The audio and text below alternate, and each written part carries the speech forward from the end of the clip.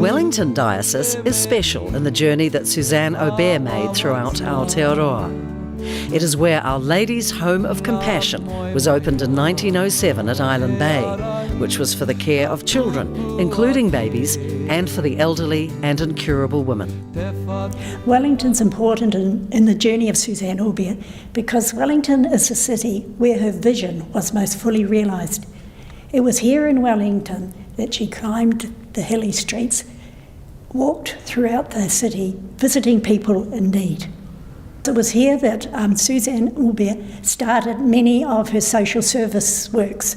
For instance, in 1901, she opened a soup kitchen for the unemployed. Then, in 1903, she opened a creche for unmarried mothers. It was in 1907 that she built a big home of compassion here at Island Bay to care for children. Later, the old people that she was caring for at Buckle Street were transferred to Island Bay. In the 1920s, the home became a general hospital and training school. It continued to operate as a home for children and a hospital for many years. Suzanne had it in her heart. She wanted to give the best possible care to the elderly, the sick and the disabled. And it was not until March 1923, after her return from Rome, that the first nursing class began. In 1927, the year after Suzanne's death, the sisters sat their state examinations. 6 of them passed, 2 gaining honours. So the Home of Compassion at Island Bay was the first nursing hospital to receive that distinction of allowing the sisters to be trained in the hospital.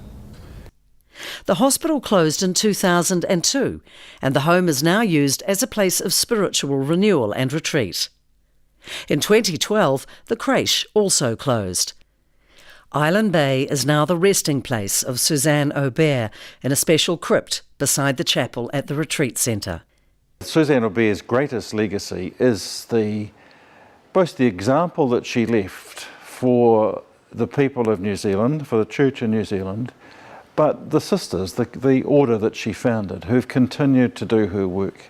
They are down to earth, they are humble, they too don't look for any rewards for themselves, but have carried on her great vision of caring for the poor, the homeless, those who need something to hope for in their lives.